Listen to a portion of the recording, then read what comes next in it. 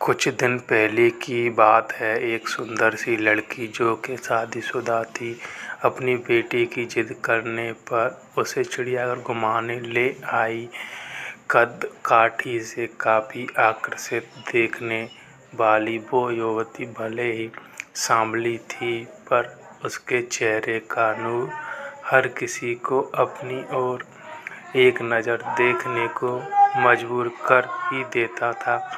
काले घने लंबे बाल जो कि उसकी कमर तक जाते थे, उसके सौंदर्य में निखार लाने का काम कर रहे थे।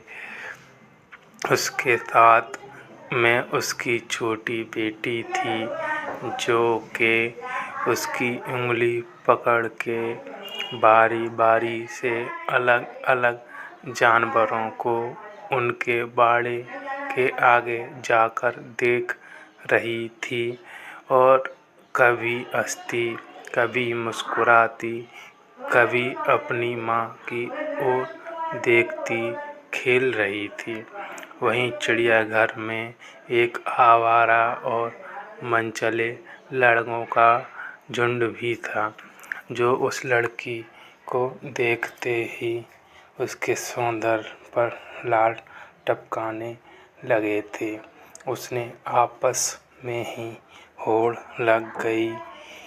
वे एक दूसरे से कहने लगे, वो देख, तेरी भाभी आ रही है। तभी दूसरा लड़का पहले वाले से कहता है, चल पगले, भाभी तो तेरी है, मेरी तो जाने मन है। ऐसे भद्दे और अश्लील कमेंट करते हुए वे लड़के उस लड़की के आगे पीछे घूमने लगते हैं, लेकिन वो लड़की उन बेशर्म लड़कों को इग्नोर करते हुए अपनी बेटी के आगे मस्ती करते हुए आगे बढ़ती जा रही थी। अपने प्रति कोई भी प्रतिक्रिया न देकर लड़के अब और भी ज़्यादा जोर शोर के साथ उसका पीछा करने लगते हैं। एक लड़का जो उस सबसे ज़्यादा जोश में था, आगे जाकर जोर के बाड़े वाले पिंजरे की छत पे कूद कर बैठ जाता है और गाना गाने लगता है, तेरा ध्यान किधर है, तेरा हीरो इधर है। उसकी ओर कुछ इशारे भी करने लगता है। लड़की को अभी भी उसका गाना तनिक भी विचलित नहीं कर रहा था। ऐसा लग रहा था मानो उसे कोई फर्क ही नहीं कि ये कह रहे हैं। वो तो बस अपनी बेटी के साथ मस्ती करने में व्यस्त थी। लड़की का ध्यान अपनी ओर आकर्षित करने के चलते जो उछाल कूद कर रहा था, वो गलती से शेर के बाड़े के अंदर जा गिरा। अचानक से ये क्या हुआ, उसे खुद कुछ समझ नहीं आया, लेकिन जब उसे होश आया कि वो शेर के बाड़े में गिर चुका है, उसने पैरों तले जमीन खिसक गई। उसका गला सूखने लगा। वो चिल्लाना चाह रहा था, लेकिन उसकी आवाज़ उसके गले में ही दब के रह जा रही थी। बहुत कोशिश करने के बाद वो अपने दोस्त से मदद के लिए गुहार लगाने लगा, भाई प्लीज़ मुझे बचा लो दोस्त। लेकिन कोई भी उसकी मदद करने के लिए आगे नहीं आ रहा था।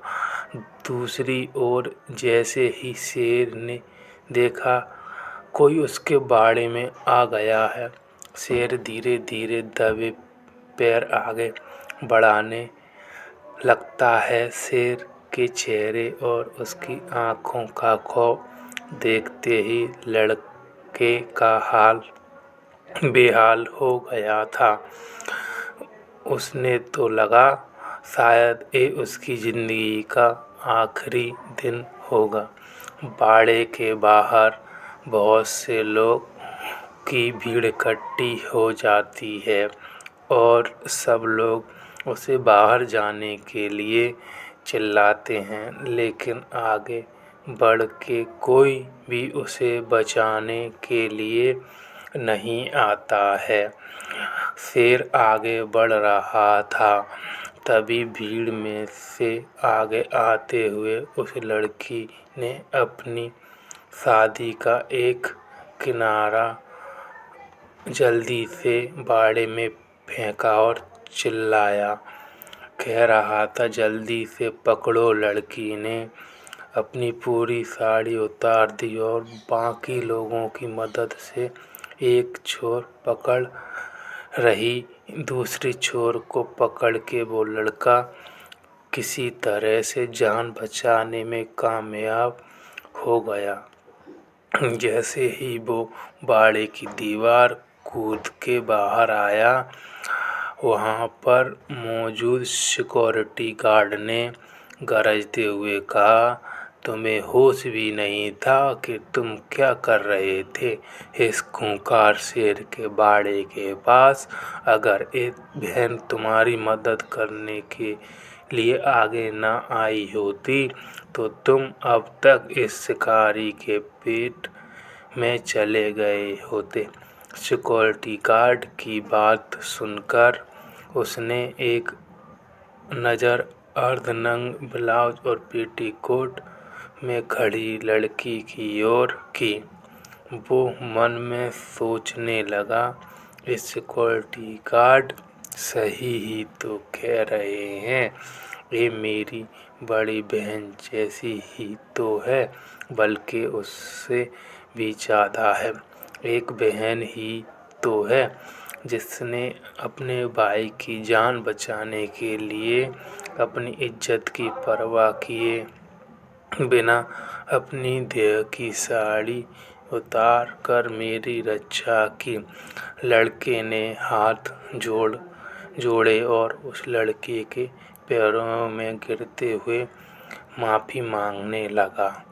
बहन, मुझे माफ़ कर दो, मैं कुछ देर के लिए भावनाओं में बह गया था और अपनी मर्यादा को भूल गया था। मुझे माफ़ कर दो। आपने अपनी इज्जत की परवाह किए बगैर मेरी जान बचाने के लिए अपनी साड़ी तक उतार दी।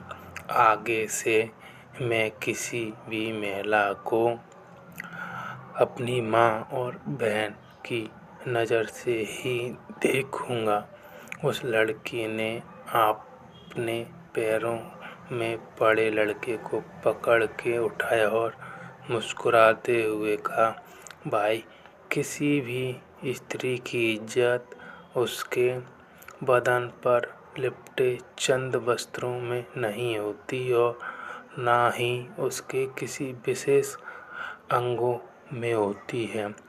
ये हम इंसानों की मानसिक विकृति है जो उसे जबरन इज्जत के साथ जोड़ के देखते हैं, जबकि सच्चाई तो यह है कि स्त्री इज्जत तो उसके आचरण, उसके चरित्र में जुड़ जाती है।